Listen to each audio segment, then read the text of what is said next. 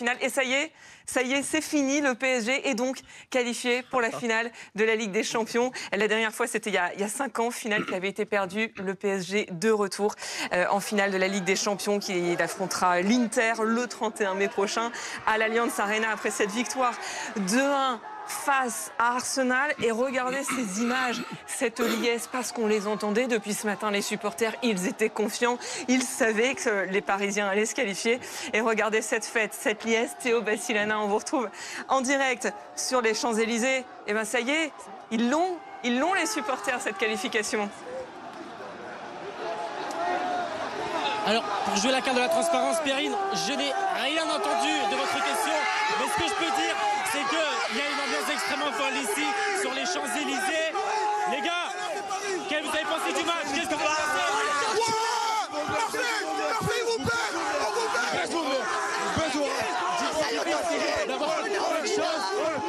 Et en tout cas, l'ambiance est très folle ici, aux Champs. Merci Thierry. Merci Théo Bassilana, Loïc Braillet, Roland Courbis qui nous ont rejoints, Roselyne Guillaume Fard également nous a rejoints et Bruno qui reste en plateau avec nous. La liesse évidemment sur les Champs-Élysées, mais il faut dire que Roland, il attendait les supporters cette qualification. Dieu sait que ça a été dur, l'aventure du Paris Saint-Germain en Ligue des Champions ces dernières années, c'est le Graal qui se rapproche. On n'est plus qu'à un match désormais, peut-être, de remporter cette fameuse Ligue des Champions. Et on n'est plus dans une situation de match aller-retour. Là, c'est une finale.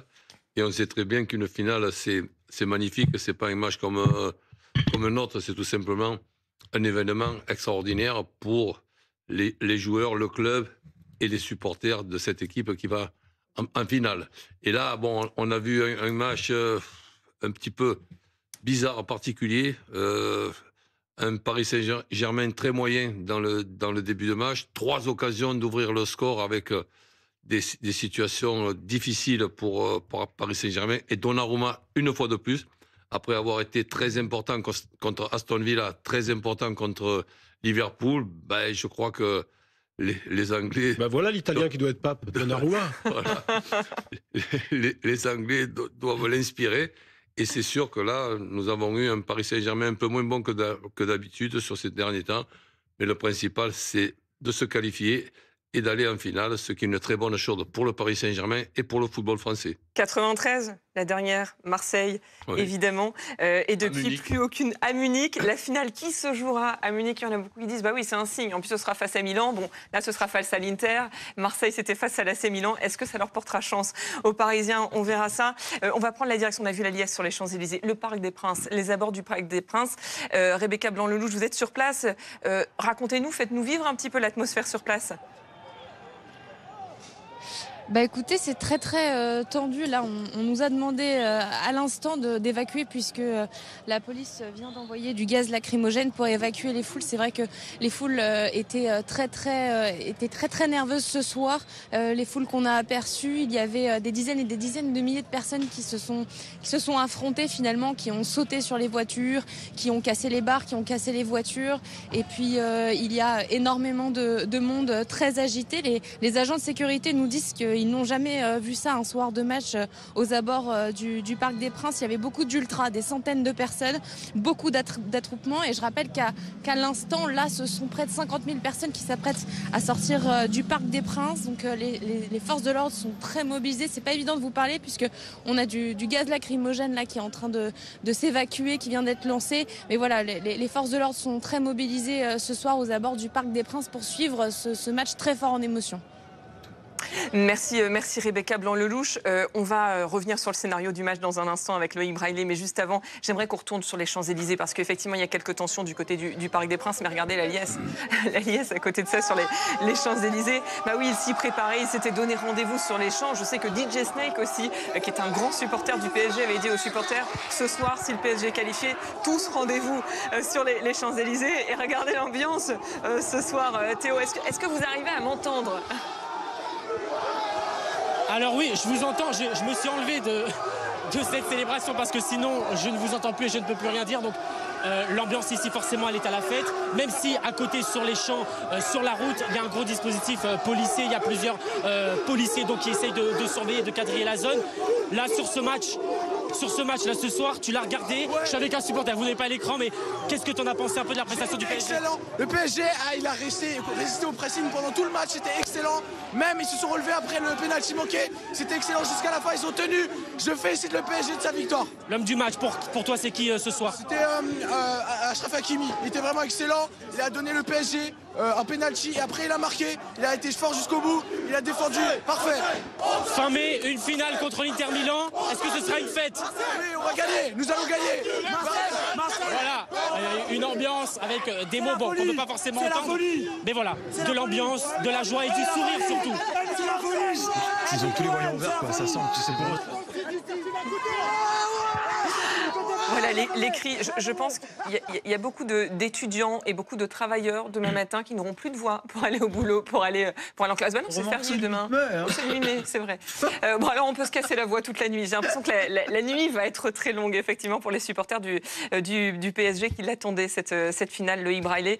Avec ce match, cette victoire 2-1 face à Arsenal, on rappelle à l'aller cette victoire 1-0. Et puis là, Paris qui a bouclé le boulot. Oui, mais qui n'a pas forcément bien joué pourtant dans le contenu. Ils se sont fait manger en première période et heureusement qu'il y a eu un dieu dans les buts, Donnarumma, qui a sorti 3 arrêts fantastiques dans le premier quart d'heure. Un but un peu contre le cours du jeu de Fabian Ruiz qui a donné l'avantage au PSG. Un penalty raté de Vitinha. Le deuxième but parisien est venu de Achraf Hakimi et puis pour sauver l'honneur, c'est Bukayo Saka pour Arsenal qui a réduit l'écart à un quart d'heure de la fin. Mais un PSG brouillon avec beaucoup de pertes de ballon au milieu de terrain. C'était un petit peu mieux en deuxième période. On a vu beaucoup de signes d'agacement d'ailleurs durant le match de la part de l'entraîneur Luis Enrique. Ousmane Dembélé, la vedette du moment au PSG, est rentré en fin de match. Il a joué 20 minutes. Il y avait une petite délicatesse au niveau musculaire. Il avait été blessé à l'aller. Il avait été blessé. Finalement, on n'a pas trop senti son absence sur le plan offensif puisque les buts ont été inscrits. Mais par contre, sur le plan défensif, ça a beaucoup tangué. Ça a tenu. C'est quand même historique. Il faut le rappeler. Vous évoquez la finale de 2020 en mode Covid. Il n'y avait pas un spectateur dans le stade à Lisbonne avec un format tout particulier pour poursuivre cette compétition. Donc on va dire que c'est la première vraie finale de l'histoire du Paris Saint-Germain en Ligue 2. C'est vrai que ça avait été très particulier en 2020. On dit que les Français ont très bien joué mais qu'ils perdent. Là, vous dites qu'ils ont mal joué et qu'ils gagnent. Mais on est ravis. Tant mieux, peu importe la façon. C'est vraiment les bourreaux des Anglais. C'est les bourreaux des Anglais. Il y a eu Liverpool, Aston Villa et donc maintenant Arsenal, même si Arsenal avait gagné un match en début de saison. C'est pour ça qu'il y a une inquiétude. Milan, c'est pas l'Angleterre. On va y revenir, on va se projeter. Mais attendez, Roland, pour l'instant, on savoure. Pour l'instant, savourons cette qualification. On parle uniquement de cette coïncidence qui fait que 4 clubs anglais ont bien réussi au Paris Saint-Germain. Mais il faut venger Trafalgar, Waterloo, je regrette Jeanne d'Arc. que l'Inter ne soit pas en Angleterre. C'est tout maintenant. Évidemment qu'on aura l'occasion d'analyser le match. Il y a eu de bonnes choses, de moins bonnes. Mais comme je le dis souvent, je l'ai dit à la mi-temps déjà, c'est pas ce soir que je vais changer ma vision du football en ce qui concerne l'importance du gardien de but. On a vu hier un Sommer. Donc, c'est facile de faire le jeu de mots. Au sommet de ce qu'on peut faire dans les buts d'une équipe, il est le principal responsable de la qualification de cette équipe de l'Inter. Et cette équipe de l'Inter, qui a quand même beaucoup d'expérience dans tous les secteurs, contre le Paris Saint-Germain d'aujourd'hui, avec, on espère, un Dembélé en forme, ça va faire une très très belle finale. 31 mai, l'Allianz Arena face à l'Inter. L'Inter qui a terrassé hier le Barça à l'issue d'un match qui a été complètement dingue, 4-3. Ce PSG, on a entreaperçu aussi Luis Enrique, parce qu'il faut parler de lui, parce que c'est vrai que ce PSG qui est en finale, c'est pas le PSG d'il y a quelques années, Loïc Braillet, c'est pas le PSG bling-bling avec sa ribambelle de stars. Là, la star, j'ai envie de dire, c'est Luis Enrique et c'est le collectif qui a réussi à créer. Exactement. On savait qu'il n'était pas à l'aise avec la place que prenait Kylian Mbappé la saison dernière et qui a, on va pas dire que ça a nuit au PSG, mais en tout cas qui ne lui a pas permis d'arriver là où il est aujourd'hui. Et c'est vrai que c'est tout à son honneur d'avoir créé un collectif, des joueurs. Il est rentré dans le cerveau de ces joueurs qui ont réussi à appliquer ces principes de jeu, à monter en puissance au fur et à mesure de la saison. Il y a eu quelques moments de crispation pourtant avec le vestiaire. Fin d'année 2024, à la sortie de l'automne, c'était un petit peu compliqué. Lui aussi, il a su mettre de l'eau dans son vin. Parfois, c'était un petit peu trop rigide dans sa manière de diriger son groupe. Ils ont finalement tous réussi à trouver un terrain d'entente en termes de management. Il se qualifie un peu in extremis. Il se qualifie in extremis. Effectivement, il y a quand même 3 défaites dans la phase de Ligue de la Ligue des Champions. Il y a ce match incroyable contre Manchester City. C'est le gros tournant de la saison. Le PSG menait 2-0 contre City, l'une des meilleures équipes européennes. Il gagne 4-2 et derrière ça sourit. C'est le 16e match de Ligue des Champions cette saison pour le PSG. Ils sont passés par les barrages. Il y a très peu d'équipes qui ont joué autant sur le plan européen. Donc c'est une saison pleine. Et effectivement, Luis Enrique a une part immense dans le succès parisien. Oui, absolument. Et aussi, je pourrais rajouter que je l'ai trouvé très bon, et malgré qu'il y ait une petite blessure du côté de Dembélé, dans l'ensemble, cette façon de gérer en faisant participer beaucoup de joueurs qui se sont partagés le boulot. Il y a aujourd'hui 5 changements dans l'époque que nous vivons. Je trouve que là, il a été très intelligent dans cette gestion. Si vous nous rejoignez, le PSG n'a pas encore gagné la Ligue des Champions. Hein. Je le précise parce que là, quand on voit l'effervescence du monde sur les Champs-Élysées, c'est pas encore fait. Pour l'instant, le PSG est en finale. C'est déjà une étape très importante. C'est attendu par les supporters. On les entend. Je me suis combattu et j'ai combattu contre beaucoup d'anomalies pour moi, même si j'ai pas la prétention de faire des leçons de français. Mais il y a des phrases qui m'ont toujours fatigué. Je vous en donne une. Une finale, ça se joue pas, ça se gagne. Mais déjà, pour la gagner, la finale, il faut la jouer. Et pour la jouer, il faut avoir l'émotion qu'il y a ce soir. Ah bah oui. Et ce soir, une émotion de se qualifier pour la finale. C'est pour ça que je supporte pas d'entendre une finale. Ça se joue pas, ça se gagne. Évidemment, si on peut la gagner, on la gagne.